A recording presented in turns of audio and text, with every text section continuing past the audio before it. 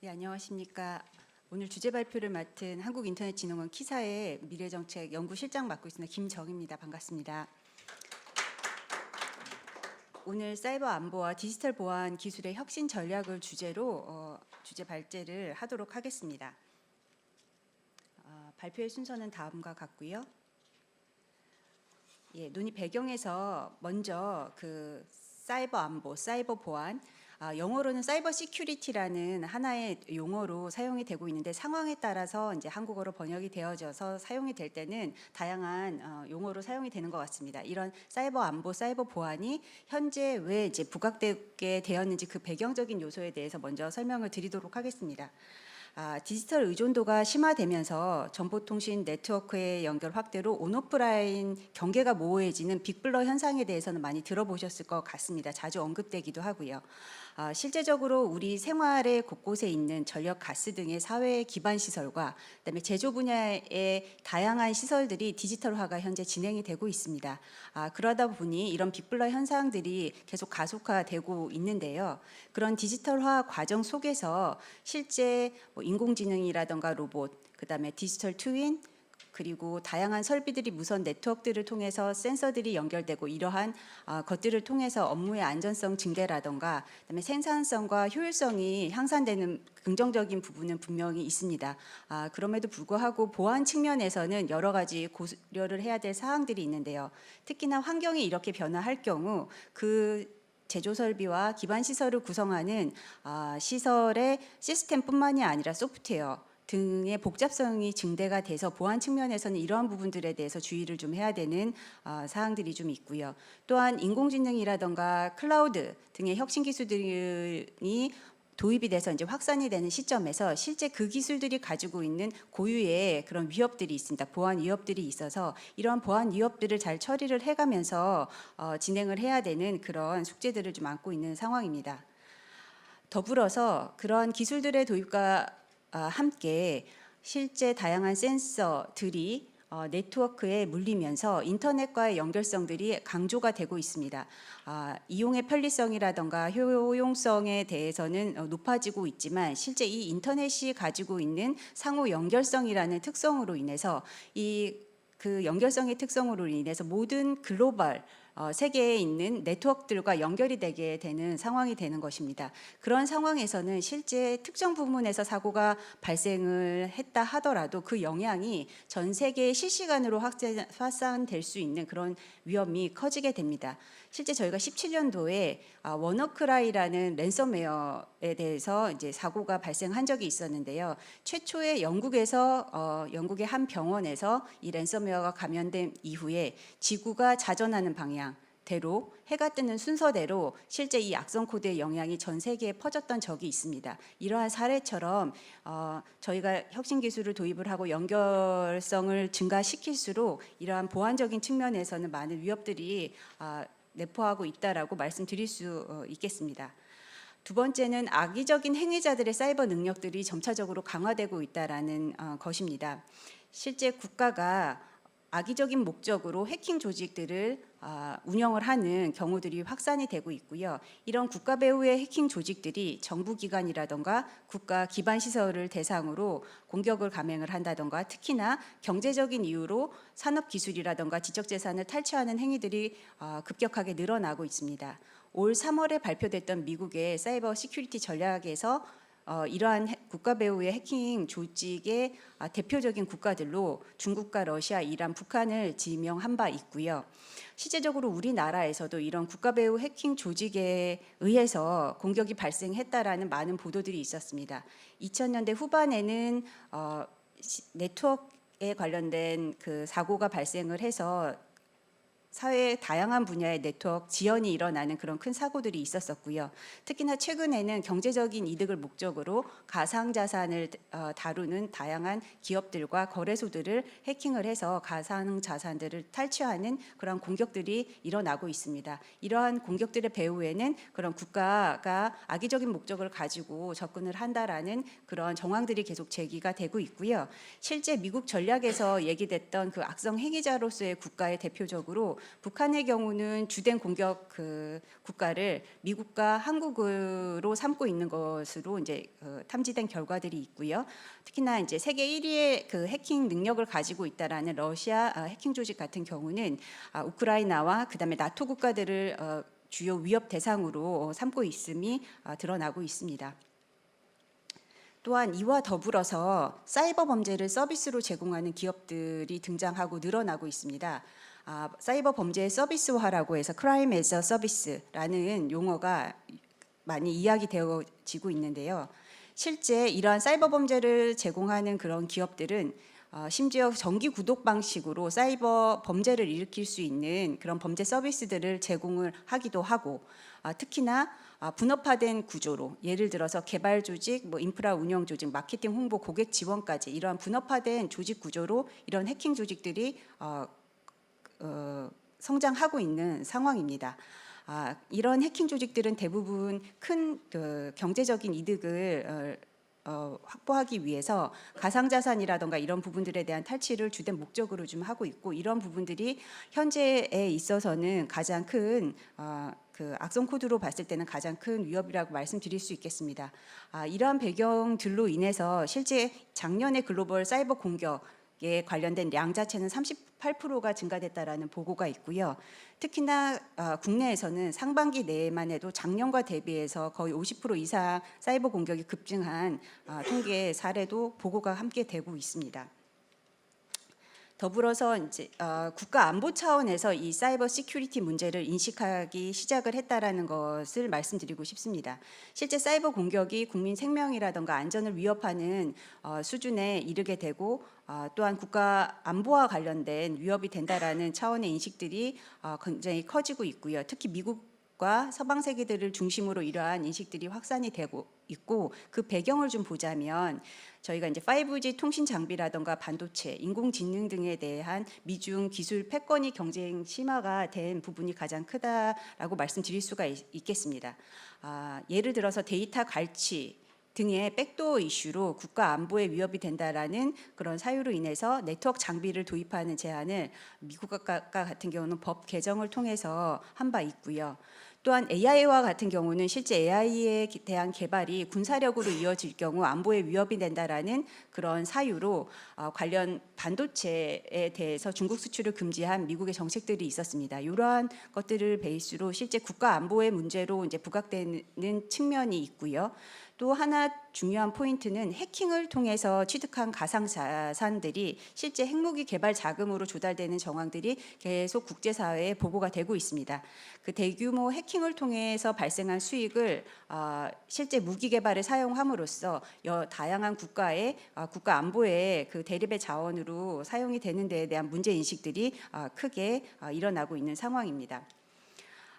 이러다 보니 사이버 공간에서의 악성 행위 근절을 위해서 국가 차원의 어떤 책임 있는 행동과 그다음에 국가 배후 해킹 집단에 대해서 근절의 노력을 국가가 주도적으로 해야 된다라는 그런 필요성들이 제기되고 있고요.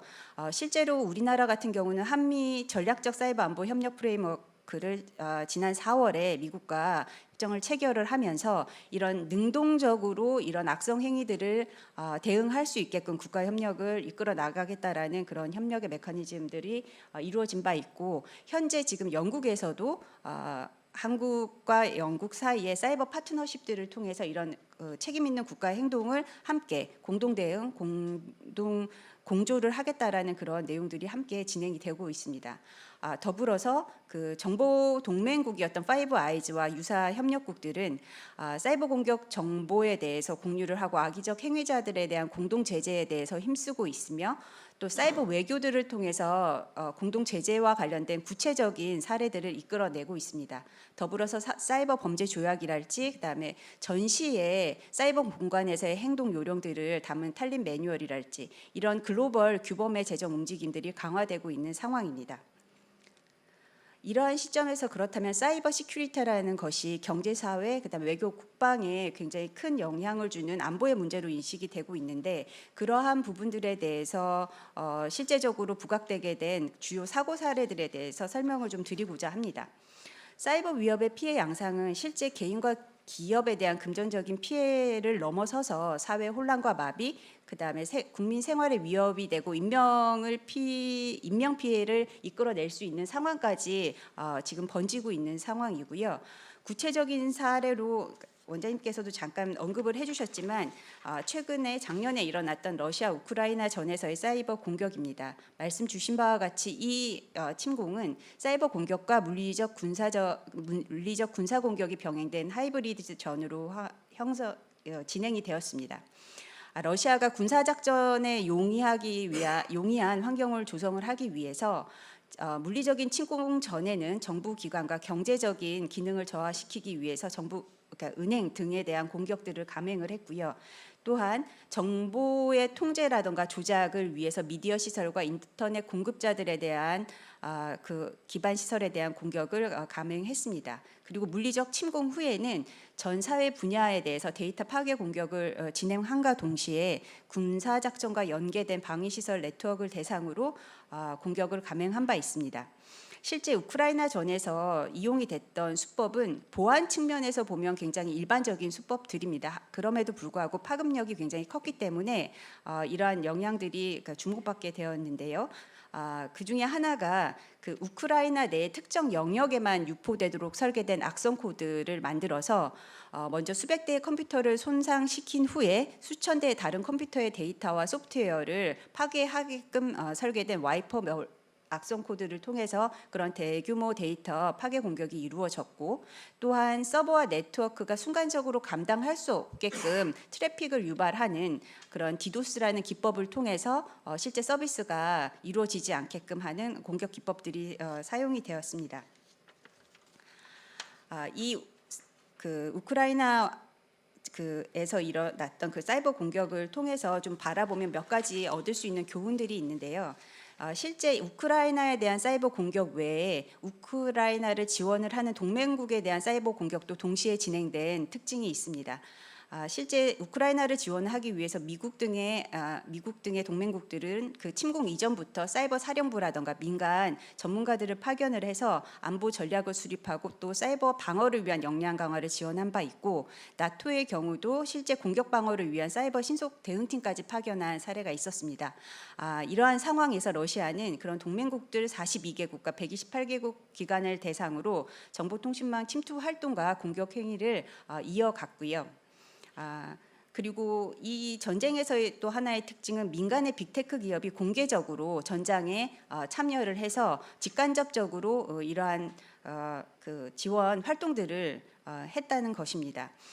이런 민간의 빅테크 기업들은 최근에 그 혁신 기술들, 특히나 AI 사용을 포함한 그런 보안 기술들을 통해서 그 우크라이나 정부 기관과 기업 대상으로 파괴적 공격이 일어날 것을 사전 징후를 효과적으로 감지하는 데 기여를 했고요. 또한 이러한 징후를 감지한 후에는 실제 클라우드 서비스와 기타 연결된 장치에 그러한 파괴적 공격이 일어날 수 없게끔 방어 코드를 신속하게 배포하고 그런 악성 행위들을 비활성화할 수 있는 기술적인 지원을 함께 진행을 하였습니다. 또 하나 국경 너머 타 국가로 우크라이나에 있던 데이터와 서비스들에 대해서 실시간적으로 분배를 하고 운영이 지속적으로 이루어질 수 있도록 노력을 한 것이 또 이번 사이버 그 전에서의 특징이라고 말씀드릴 수 있겠습니다. 이러한 그 특징들로 미루어 볼 때 실제 공격을 미리 감지하고 방지할 수 있는 역량과 더불어서 동시다발적으로 일어나는 공격에 대해서 실전 대응력이 얼마나 중요한지에 대해서 그 중요성이 부각이 되었고요. 또 추가적으로는 국가 배후 공격 그룹들이 자행하는 그 위협을 식별을 하고 사전에 이를 방지할 수 있는 그런 기술적인 요소들에 대한 중요성이 함께 부각이 되었습니다. 더불어서 이런 전시라든가 블랙아웃 상황, 대정전이라든가 통신 마비의 상황에서도 실제 국가의 사회 기반 시설들이 정상적으로 운영될 수 있게끔 하는 체계와 기술 등이 필요하다라는 부분들이 강조된 사례라고 말씀드릴 수 있겠습니다. 두 번째 사례로 말씀드리고 싶은 것은 사회 기반 시설에 관련된 사이버 공격입니다. 미국 최대 송유관 기업이 랜섬웨어에 감염되어서 송유 서비스가 중단되고 실제 이런 중단된 사태로 인해서 굉장히 큰 사회적인 혼란이 일어났던 적이 있는데요. 현재 에너지 산업 분야 같은 경우는 상당 부분 그 디지털화가 진행이 되어 있습니다.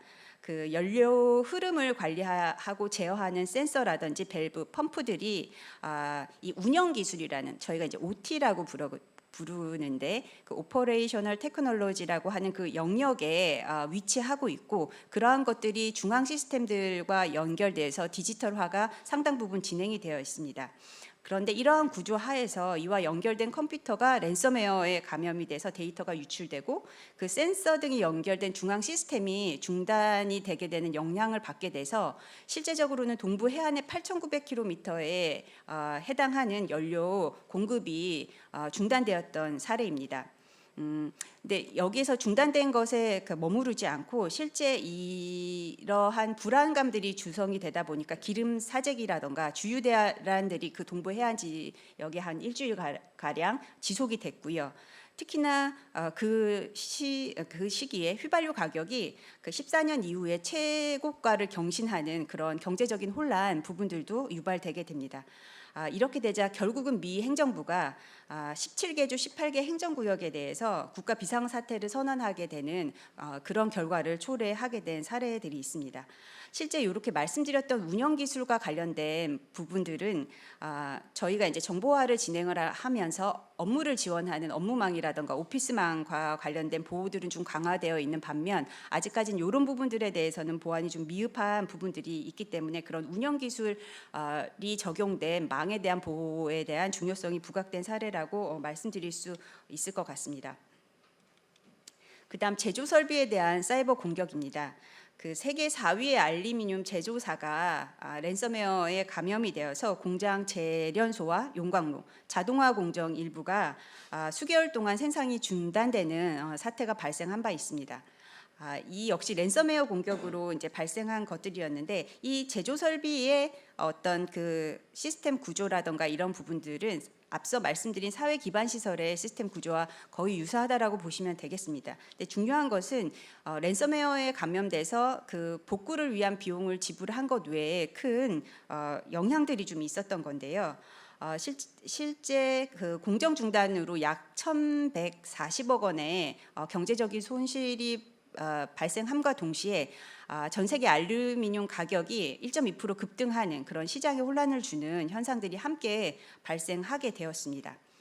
이렇게 기반 시설과 제조 설비의 사이버 공격을 이렇게 돌이켜 봤을 때 몇 가지 저희에게 주는 시사점이 있는데, 이러한 시설과 설비들은 일단 기존에 저희가 정보화를 진행했던 그런 네트워크망과는 좀 다른 폐쇄형 환경이라는 그런 인식이 만연이 되어 있기 때문에 실제 그렇기 때문에 안전하다라는 인식들이 좀 있습니다.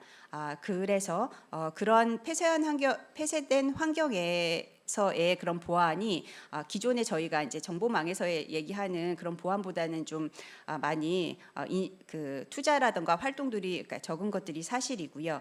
실제 유지보수 과정에서도 이 폐쇄형 환경이라 할지라도 유지보수 그 과정 내에서의 많은 위험성들은 도사리고 있습니다. 뭐 USB를 통한 악성 코드 감염도 가능하고 실제 그 안에 들어가 있는 여러 가지 산업 제어 시스템들을 업데이트하기 위한 외부 연결들도 필요하거든요.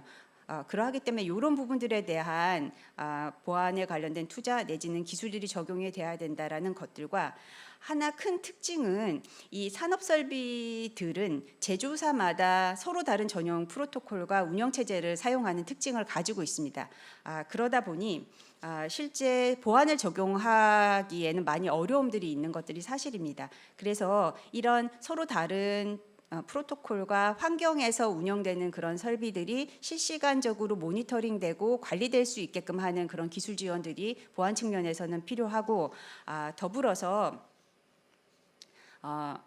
이 장표에도 지금 설명이 됐지만 이 제조 설비라든지 그다음 기반 시설 같은 경우는 중단 자체가 굉장히 어려운 경우들이 많습니다. 그 중단이 경제적인 손실이라든가 서비스 불편으로 이어지기 때문에 이런 그 중단 없이 그러한 보안 활동들이 이루어질 수 있게끔 기술적으로 지원하는 부분들이 또 필요하다라는 것을 또 교훈으로 좀 얻을 수 있었던 사례였던 것 같습니다.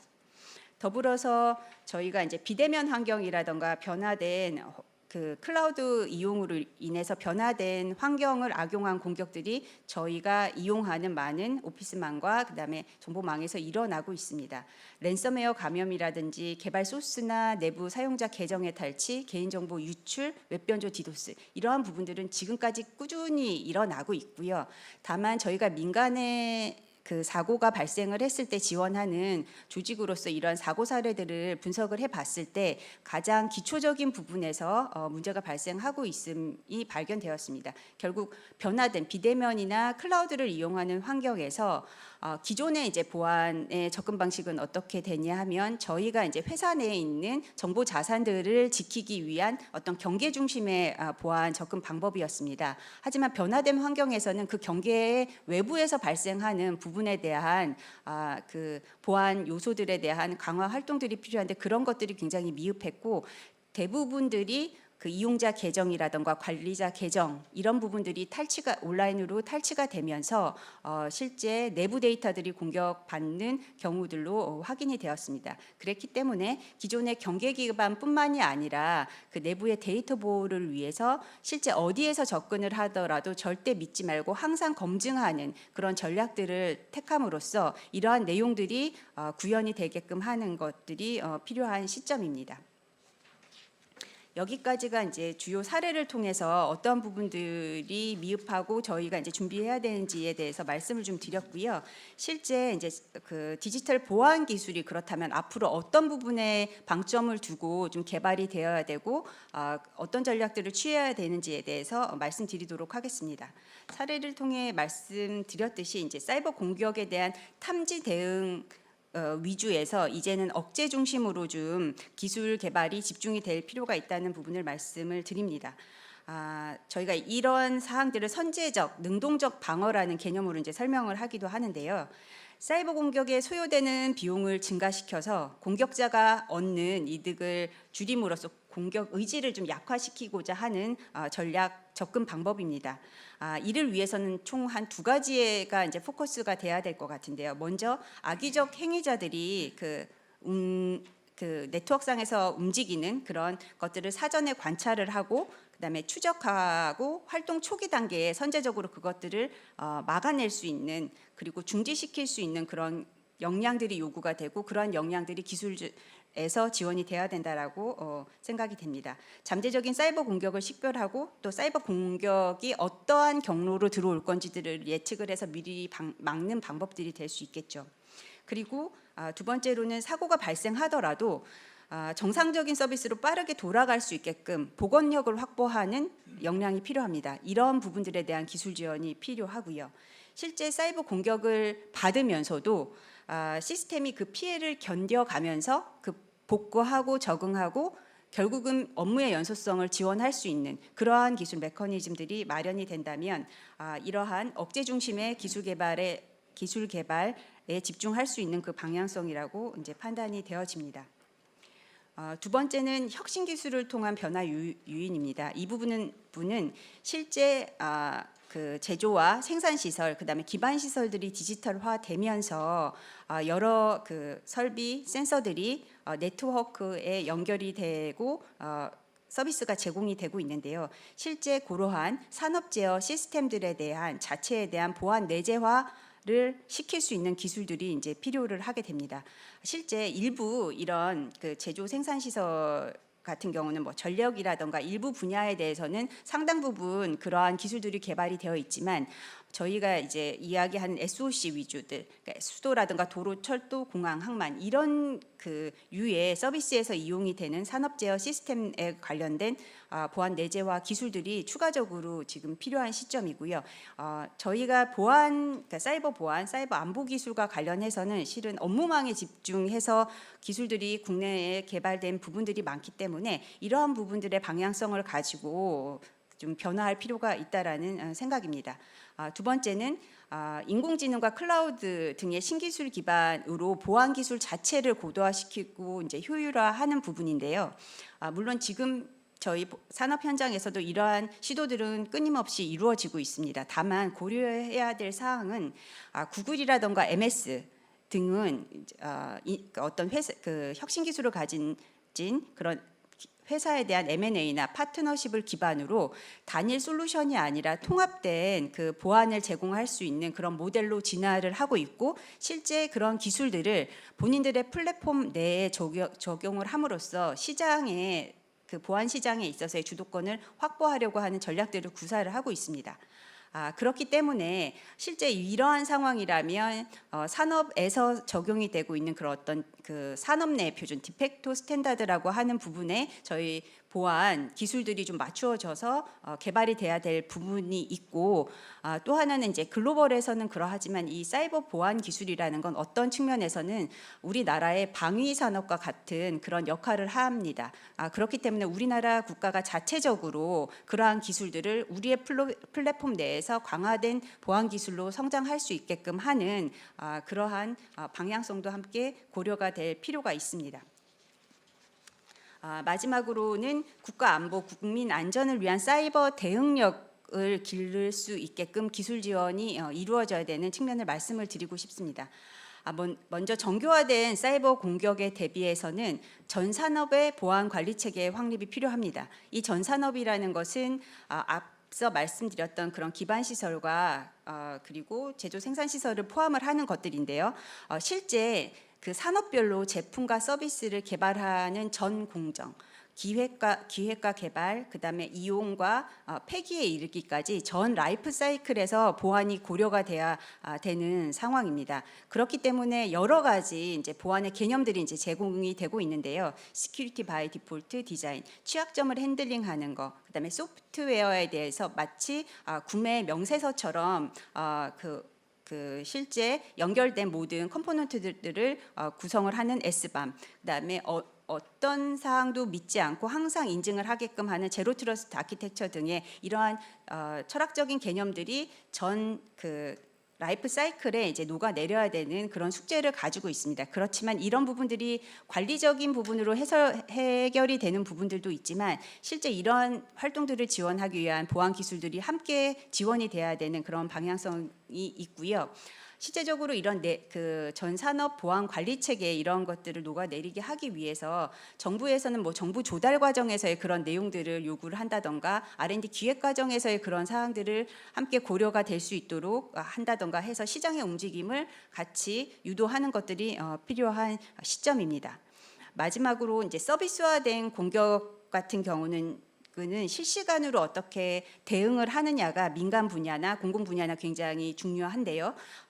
그렇게 하기 위해서 정부가 마중물 차원에서 여러 가지 서비스들을 제공을 하고 있습니다. 사이버 위협 정보에 대해서 분석을 해서 실제 기업들에게 공유를 하고 공공기관에 공유를 하는 시스템이랄지, 그다음에 대규모로 민간에서 실전 훈련에 그 사이버 실전 훈련에 대응하기 위해서 사이버 시큐리티 훈련 플랫폼이랄지, 이렇게 정부에서 마중물로 제공하고 있는 여러 가지 자원들이 있는데요. 이런 자원들을 민관 협력을 통해서 기술 개발에 이용이 될 수 있게끔 오픈을 하고, 실제 그 서비스들이 되고 기술들이 고도화되는 부분들을 민간 협력을 통해서 유도해야 되는 그러한 방향성이 또 제시가 될 수 있을 것 같습니다. 그래서 제가 지금 발제를 맡은 내용에 대해서는 모두 설명을 드렸고, 이 내용들에 대해서 한번 그 당면 과제에 대해서는 억제 중심의 기술 개발 집중과 혁신 기술을 통한 보안 기술 변화 유인, 그다음 국가 차원에서의 사이버 대응력 확보를 위한 기술 지원이 필요하다라고 말씀을 드릴 수 있을 것 같습니다. 감사합니다.